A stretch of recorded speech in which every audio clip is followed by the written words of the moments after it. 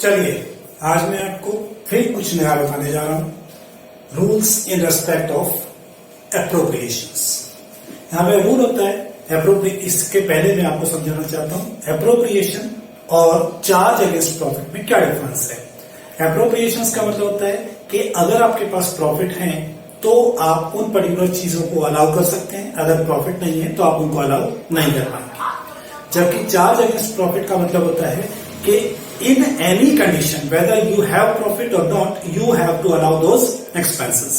ठीक है, this is the difference between the charge against profit and appropriation of profit या appropriations। okay, अब मैं आपको बताने जा रहा हूं total of appropriations cannot exceed the profit। जो appropriations की अमाउंट है, appropriation का मतलब होता है interest on capital, salary to partner, commission to partner या बोनस टू पार्टनर, ये कहलाते हैं appropriation। अगर इनकी अमाउंट आपके अवेलेबल प्रॉफिट से ज्यादा हो रही है तो आप प्रॉफिट से ज्यादा एप्रोप्रिएशंस नहीं कर सकते हैं। मतलब कुल मिला के एप्रोप्रिएशन का जो अमाउंट है वो प्रॉफिट से ज्यादा नहीं होना चाहिए। अब क्या होगा अगर हमारे एप्रोप्रिएशन का अमाउंट प्रॉफिट से ज्यादा हो तो in case of insufficient profits, that is if total appropriations are more than the available profit. ठीक है, तो उस कंडीशन में जो आपके पास अवेलेबल प्रॉफिट है उन्हीं प्रॉफिट्स को एप्रोप्रिएशन की ग्रॉस अमाउंट के रेशियो में डिवाइड किया जाएगा। मतलब पूरा अमाउंट आपको नहीं देना है, बल्कि जितना हमारे पास प्रॉफिट है उतना ही प्रॉफिट के बराबर जो अमाउंट है वो दी जाएगी और उसको ग्रॉस अमाउंट के रेशियो में डिवाइड कर दिया जाएगा। इसके लिए मैं आपको ये एग्जांपल एक्सप्लेन कर रहा हूं। यहां पे हमारे पास दो पार्टनर्स हैं जिनका प्रॉफिट शेयरिंग रेशियो इक्वल है। ठीक है, ए को हमें इंटरेस्ट ऑन कैपिटल देना है 6,000 रुपीज, जबकि बी को हमें सैलरी देनी है 9,000 रुपए। अब आपको प्रॉफिट का डिस्ट्रीब्यूशन या आप ये कह सकते हैं कि profit and loss appropriation account बनाना है। तो आप उसको कैसे बनाएंगे? अगर आपके प्रॉफिट्स की अमाउंट 20,000 हो तो, अगर आपके प्रॉफिट की अमाउंट 15,000 हो तो, और आपके पास प्रॉफिट सिर्फ 5,000 हो तो अपन आते हैं पहले केस में जहां पे हमारे पास प्रॉफिट कितना है 20,000। ओके, और हमें जो टोटल एप्रोप्रिएशन करने हैं वो कितने हैं 6 और 5, मतलब 6,000 प्लस 9,000 इज इक्वल टू 15,000। तो पहले हम profit and loss appropriation account बनाएंगे जिसके क्रेडिट साइड में मींस लेफ्ट हैंड साइड में हम लिखेंगे, सॉरी राइट हैंड साइड में हम लिखेंगे बाय नेट प्रॉफिट 20,000। ओके, उसके बाद डेबिट साइड में हम एंट्री डालेंगे टू इंटरेस्ट ऑन कैपिटल और टू सैलरी। ठीक है, ए को इंटरेस्ट ऑन कैपिटल देना है तो वहां पे लिखेंगे इंटरेस्ट ऑन कैपिटल टू ए और सैलरी टू बी। 6,000 एंड 9,000। अब 20,000 में से हम 15,000 घटाएंगे तो उसके बाद भी हमारे पास 5,000 रुपए बचते हैं। ठीक है, तो वो है हमारा बचा हुआ प्रॉफिट। उस बचे हुए प्रॉफिट को हम पार्टनर्स के एग्रीड रेशियो इक्वल रेशियो में डिवाइड कर देंगे, जो कि 2,500 और 2,500 2,500 ईच।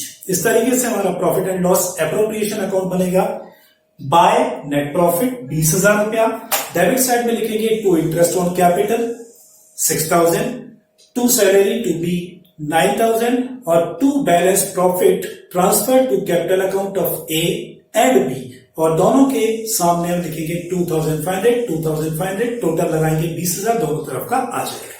ठीक है, अब आते हैं हम सेकंड केस में जहां पे हमारे पास प्रॉफिट कितने हैं 15,000 और हमारे एप्रोप्रिएशन का टोटल भी कितना है 15,000। मतलब ये है कि हम इंटरेस्ट ऑन कैपिटल और साथ में सैलरी पूरी अलाउड कर सकते हैं। तो यहां पर हम लिखेंगे क्रेडिट साइड में by net profit 15,000, debit side में लिखेंगे to interest on capital to A 6,000, to salary to B 9,000। उसके बाद हमारे पास कोई प्रॉफिट नहीं बचता है, हम दोनों तरफ का टोटल लगा देंगे, एंड हो जाएगा। अब आते हैं हम तीसरे केस में जहां पे हमारे पास प्रॉफिट सिर्फ कितना है 5,000, जबकि एप्रोप्रिएशन का अमाउंट कितना है हमारा 15,000। तो अब सिंपल सी चीज है कि हम इस अमाउंट से ज्यादा एप्रोप्रिएशन नहीं कर सकते। तो इसका मतलब ये हुआ कि जो टोटल एप्रोप्रिएशन का अमाउंट होगा सैलरी के नाम से और इंटरेस्ट ऑन कैपिटल के नाम से वो टोटल 5,000 होगा, राइट। और टोटल 5,000 जो हमारे पास प्रॉफिट अवेलेबल है उसको हम बांटेंगे 6:9 के रेशियो में। सिंप्लीफाई करेंगे तो 2:3 का रेशियो हो जाएगा। तो हम एंट्री करेंगे क्रेडिट साइड में by net profit 5,000, debit side में लिखेंगे to interest on capital to A 2000 और टू सैलरी टू बी 9 की जगह 3000 आएगा, क्योंकि पूरे 5000 का जो डिस्ट्रीब्यूशन है वो हम करेंगे 2:3 के रेशो में। 2:3 के को निकालने के लिए हमें क्या करना है, 5000 डिवाइडेड बाय 5 दोनों का टोटल, और इंटू 2 करेंगे तो हमारा इंटरेस्ट ऑन कैपिटल का अमाउंट आ जाएगा, और इंटू 3 करेंगे तो हमारा सैलरी का अमाउंट आ जाएगा। इस तरीके से हम एप्रोप्रिएशन करेंगे, क्योंकि यहां पर हमारे पास अवेलेबल प्रॉफिट कम था, ये वाला केस आ गया, कम था, इसलिए हमने टोटल अवेलेबल प्रॉफिट को इन दोनों की ग्रॉस अमाउंट के रेशियो में दोनों के बीच में डिवाइड किया। समझ में आया? मैंने एक क्वेश्चन आप लोगों को लिख के दिया था बोर्ड पे, उसी क्वेश्चन का मैंने पहले आपको एक्सप्लेन किया था ओरली, अब उसी क्वेश्चन को मैं यहाँ पे आपको सॉल्व करके दिखाया हुआ है। ठीक है, 3 कंडीशंस प्लस क्वेश्चन को मैंने लिखा था कि जब प्रॉफिट हमारे पास 20,000 हो, जब हमारा प्रॉफिट 15,000 हो, और जब हमारा प्रॉफिट 5,000 हो, तो हम profit and loss appropriation account कैसे बनाएंगे। तो पहली वाली कंडीशन का सॉल्यूशन इतना है, ये पर्टिकुलर अमाउंट, राइट। सबसे पहले हमने यहाँ पे प्रॉफिट को लिखा 20,000 रुपया, राइट। उसके बाद अकॉर्डिंग टू क्वेश्चन हमें देना था 6,000 रुपए इंटरेस्ट ऑन कैपिटल और 9,000 देनी थी सैलरी, राइट। चूंकि दोनों का टोटल 15,000 है, जबकि हमारे पास प्रॉफिट कितना है, 20,000 है, तो हम इनको पूरा अलाउ कर सकते हैं, इसलिए यहां पर एंट्री लिखी हुई है 2, interest on capital to A 6,000, salary to B 9,000, 20,000 में से 9,000 और 6,000 को माइनस करने के बाद स्टिल हमारे पास 5,000 रुपए बचते हैं। वो 5,000 रुपया रिमेनिंग प्रॉफिट है, जो कि हम पार्टनर्स में उनके प्रॉफिट शेयरिंग रेशो में डिवाइड करेंगे। प्रॉफिट शेयरिंग रेशो क्वेश्चन में दे रखा था इक्वल, तो आपको इक्वली डिवाइड करना है। 5,000 को 2 से डिवाइड करेंगे, 2,500 एंड 2,500 ईच। तो यहां पर एंट्री हो जाएगी to balance transfer to capital account of A and to B, 5,000 into 1/2 2,500, B के केस में भी 5,000 इंटू 1/2 इज इक्वल टू 2,500, दोनों का टोटल 5,000 यहां पे लिखा, टोटल कर दिया। ये हमारा पहला केस सॉल्व हो गया। फिर आते हम दूसरे केस की तरफ। इस केस में हमारे पास प्रॉफिट था 15,000, ठीक है, और हमारे अप्रोप्रिएशन की अमाउंट भी एग्जैक्टली कितनी है, 15,000, 6,000 एंड 5,000। इसका मतलब ये है कि पूरा देने के बाद हमारे पास प्रॉफिट रिमेनिंग कुछ भी नहीं बचेगा, तो यहां पर आप लिखेंगे बाय नेट प्रॉफिट 15,000, उसके बाद to interest on capital to A 6,000, to salary to B 9,000, दोनों का टोटल होगा 15,000, प्रॉफिट है 15,000, बैलेंस कुछ भी नहीं है, इसलिए यहां पे रिमेनिंग कुछ भी नहीं रहेगा। 15,000 दोनों साइड का टोटल करके हम क्लोज कर देंगे।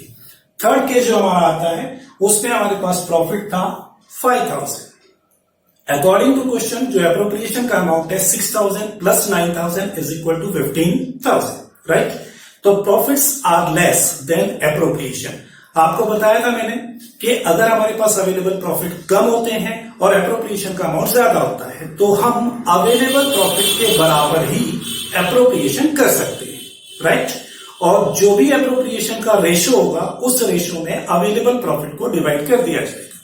तो चूंकि हमारे पास हमें जो अमाउंट पे करना था दैट इज 6,000 एंड 9,000, तो दोनों के 0 को कैंसिल कर देंगे आपस में, हमारे पास बचेगा 6 और 9, और इसको सिंप्लीफाई करेंगे तो 2:3, राइट। हमारे पास प्रॉफिट है 5,000 सिर्फ, तो ये 5,000 रुपया जो है इसमें से हम 15,000 रुपया पे नहीं कर सकते हैं, तो इसी 5,000 को हम 2:3 के रेशो में डिवाइड करके दोनों में डिस्ट्रीब्यूट कर देंगे।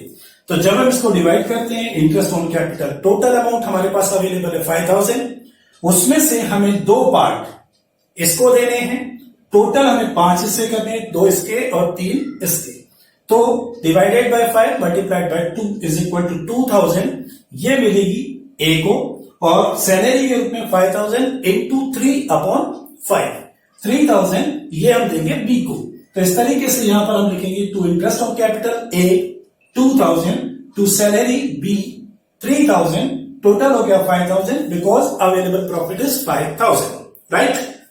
तो इस तरीके से आपने देखा कि जब हमारे पास प्रॉफिट्स अवेलेबल कम होते हैं तो हम उतना ही प्रॉफिट उनके ग्रॉस अमाउंट के रेशियो में डिवाइड कर देते हैं। अब वन मोर, एक और एग्जांपल मैं आपको बता रहा हूं कि अगर हमारे पास प्रॉफिट है ही नहीं, मतलब ये कि हमारे पास प्रॉफिट नेगेटिव है, लॉस है, तो इन दैट केस हम कोई भी अमाउंट एप्रोप्रिएशन के रूप में डिस्ट्रीब्यूट नहीं कर पाएंगे, बल्कि हमारे पास जो लॉस है उसी लॉस को पार्टनर्स के उनके प्रॉफिट शेयरिंग रेशियो में डिवाइड करेंगे।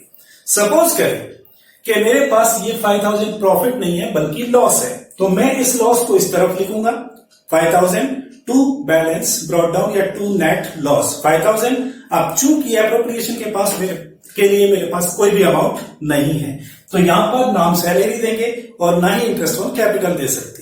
ये पूरा 5000 का जो प्रॉफिट होगा वो हम इस तरफ पार्टनर्स के कैपिटल अकाउंट में शिफ्ट कर देंगे by loss transfer to A's capital and to B's capital. अब चूंकि उनका रेशियो इक्वल है, तो 5000 जो लॉस का है वो 2500 करके दोनों के अकाउंट में ट्रांसफर कर दिया जाएगा। आज के लिए मैंने आपको जो बताया, आई थिंक सो कि आपको क्लियर हो गया होगा। जो मैंने ओरली आपको समझाया था वही चीज यहां पर आपके सामने प्रेजेंट की गई। रिमेंबर कि ये एक profit and loss appropriation account अलग है केस ए के 1 के लिए। ये प्रॉफिट एंड लॉस अकाउंट जो बना हुआ है ये केस बी के मतलब सेकंड केस के लिए है, और ये जो बना हुआ है ये थर्ड केस के लिए। थर्ड केस में आपको नीचे इस तरीके से एक वर्किंग नोट बनाना पड़ेगा जिसमें आपको शो करना पड़ेगा why you have did this. Okay,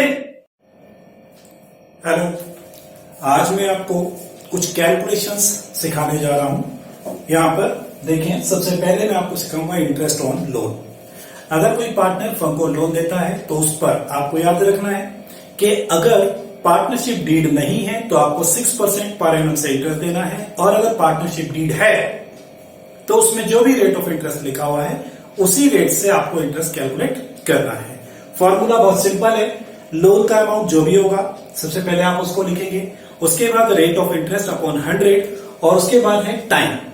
time का मतलब होता है कि उसने जिस दिन आपको लोन दिया है वहां से लेके आपको ईयर एंड तक का टाइम पीरियड लेना है। सपोज करें आपका ईयर चलता है 1 जनवरी टू दिसंबर, और कोई बंदा मतलब पार्टनर आपको लोन देता है 1 अप्रैल को, तो अप्रैल 1 से लेके दिसंबर तक 9 महीने होते हैं, तो आपको यहां पर टाइम में डालना होगा 9/12। ओके, अगर मान लो वही पार्टनर हमको अप्रैल के बजाय जुलाई में 1 जुलाई को देता है, तो हमें यहां पर लिखना होगा 6/12। इट इज क्लियर कि जिस दिन लोन दिया जाएगा वहां से आपको इंटरेस्ट का कैलकुलेशन करना है टाइम के लिए, राइट। और ये एक सिंपल सा फॉर्मूला है।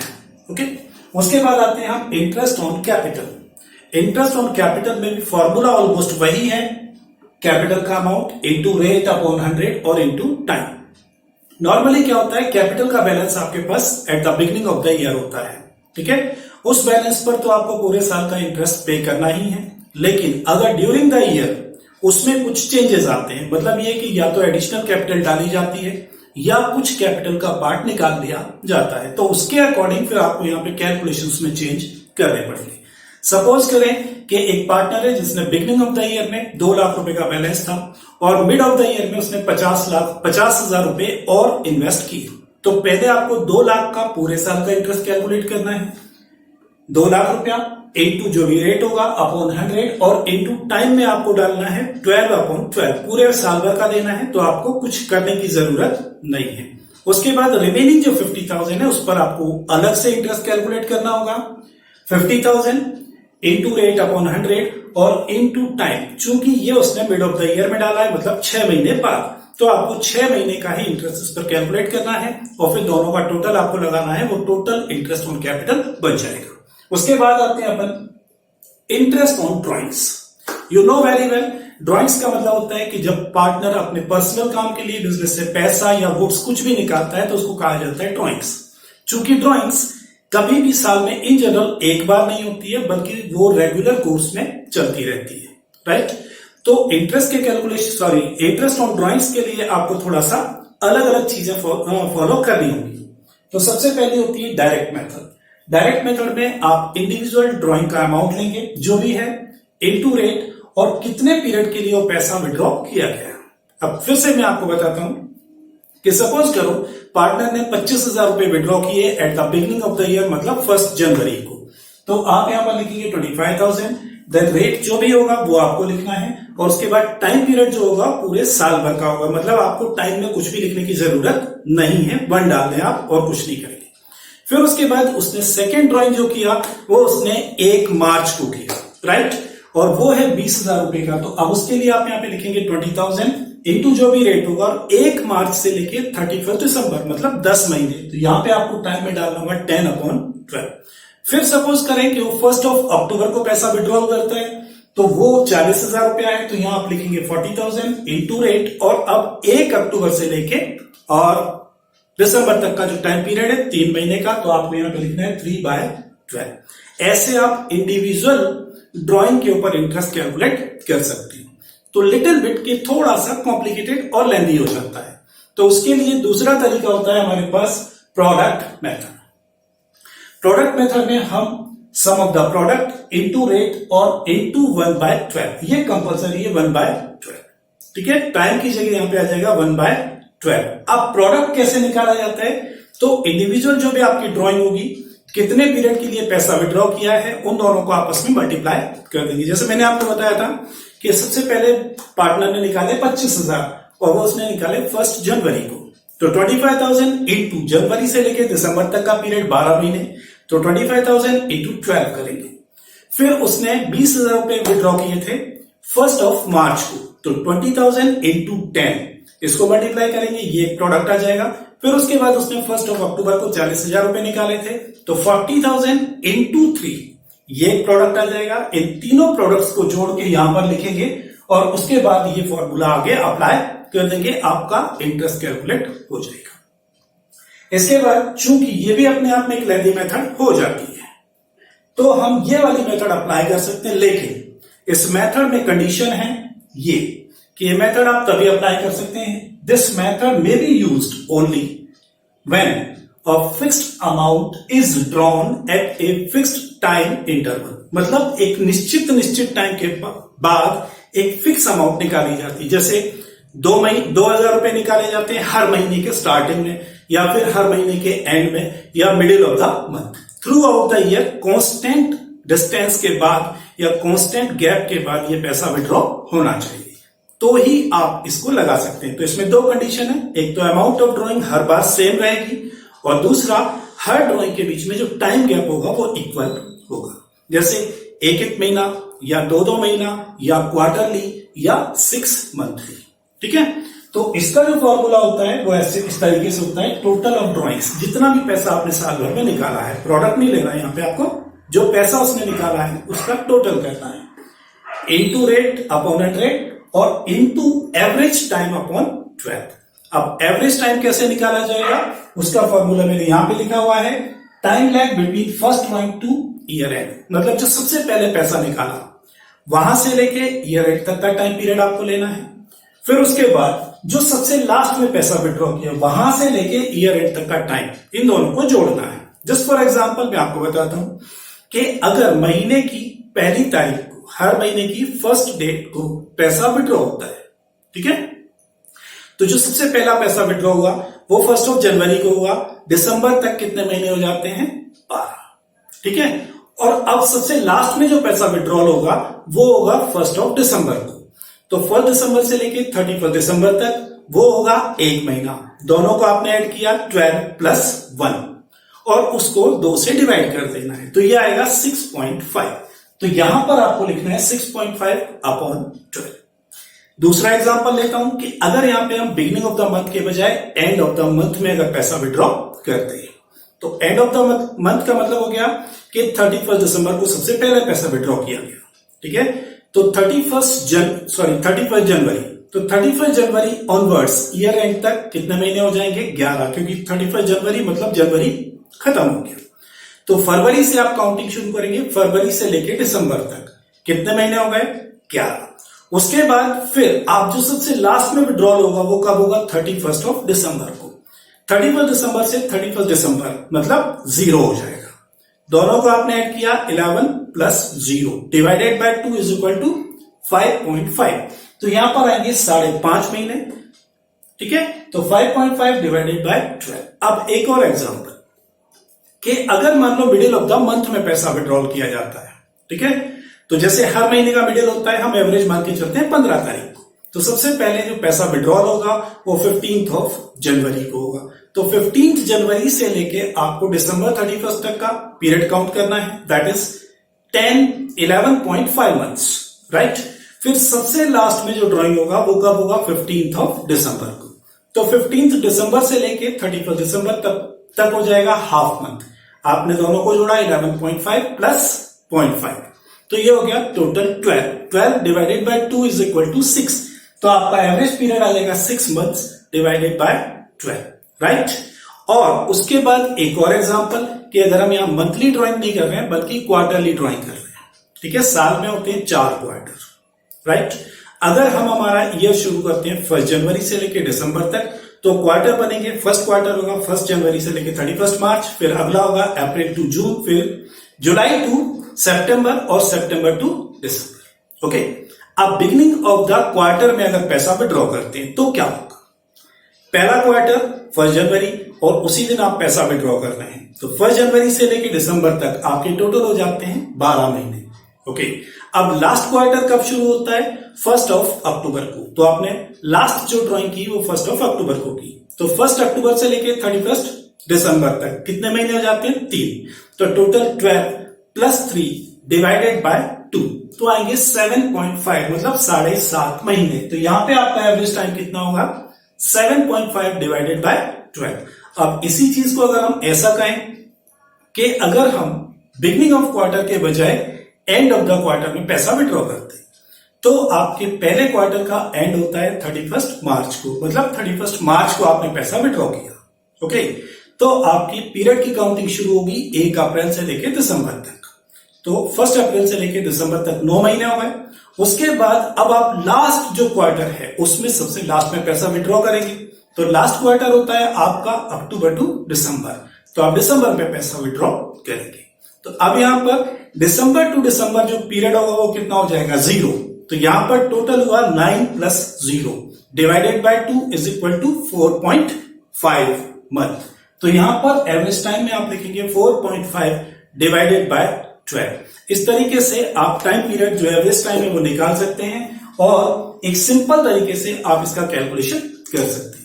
इसको आप याद भी रख सकते हैं कि अगर बिगिनिंग ऑफ द मंथ में पैसा निकाला जाता है तो 6.5 महीने का ब्याज निकलेगा टोटल अमाउंट के ऊपर। अगर एंड ऑफ द मंथ में निकाला जाता है तो आपको 5.5 महीने का इंटरेस्ट कैलकुलेट करना है। अगर मिडिल ऑफ द मंथ में पैसा निकाला जाता है तो आपको 6 महीने का इंटरेस्ट टोटल अमाउंट के ऊपर कैलकुलेट करना है। क्वार्टरली के केस में अगर बिगिनिंग ऑफ द क्वार्टर में पैसा निकाला जाता है तो आपको 7.5 मंथ का इंटरेस्ट कैलकुलेट करना है, और अगर एंड ऑफ द क्वार्टर में निकाला जाता है तो आपको 4.5 4.5 महीने का इंटरेस्ट कैलकुलेट करना होगा, और अगर मिडिल ऑफ द क्वार्टर में निकाला जाता है तो आपको 6 महीने का इंटरेस्ट कैलकुलेट करना होगा। अब एक और चीज जो मैं आपको बता रहा हूं स्पेशली है, वो ये होता है कि अगर आपके क्वेश्चन में इंटरेस्ट ऑन ड्रॉइंग्स का केस है तो इन जनरल आपके क्वेश्चन में ड्राइंग का अमाउंट आपको कैलकुलेट करके दिया जाता है। मतलब आपको रेट ऑफ इंटरेस्ट भी दे रखा है, ड्राइंग का अमाउंट भी दे रखा है और उसका इंटरेस्ट भी कैलकुलेट करके दे रखा है। तो आपको कैलकुलेशन नहीं करने हैं, जो इंटरेस्ट दे रखा है वही आप पुट अप कर देंगे। लेकिन अगर आपके क्वेश्चन में ड्राइंग का इंटरेस्ट कैलकुलेट करके नहीं दे रखा है और एक सिंगल अमाउंट ऑफ ड्राइंग दे रखा है कि ए ने 50,000 रुपए निकाले और बी ने 20,000 रुपए निकाले, और इसके अलावा कुछ भी नहीं दे रखा है, इंटरेस्ट ऑन ड्राइंग्स आपको देना है 5 या 10 या जो भी परसेंट हो उस पर, तो रिमेंबर कि जब सिंगल अमाउंट ऑफ ड्राइंग दे रखा है तो आपको उस अमाउंट के ऊपर हाफ ईयर का ही इंटरेस्ट कैलकुलेट करना है, पूरे साल का नहीं करना है। ये आपको याद रखना है फॉर एवर कि whenever you are given a single amount of drawing and nothing else, then you have to calculate interest only for the half year, not for the whole year or any part of the year. Okay? तो ये जो चीजें मैंने आपको आज theoretically समझाई हैं, मैं इनके लिए आपको एग्जांपल से अगले लेक्चर में सारी चीजें क्लियर करूंगा, विद एग्जांपल मैं ये सारी चीजें आपको समझाऊंगा। ठीक है?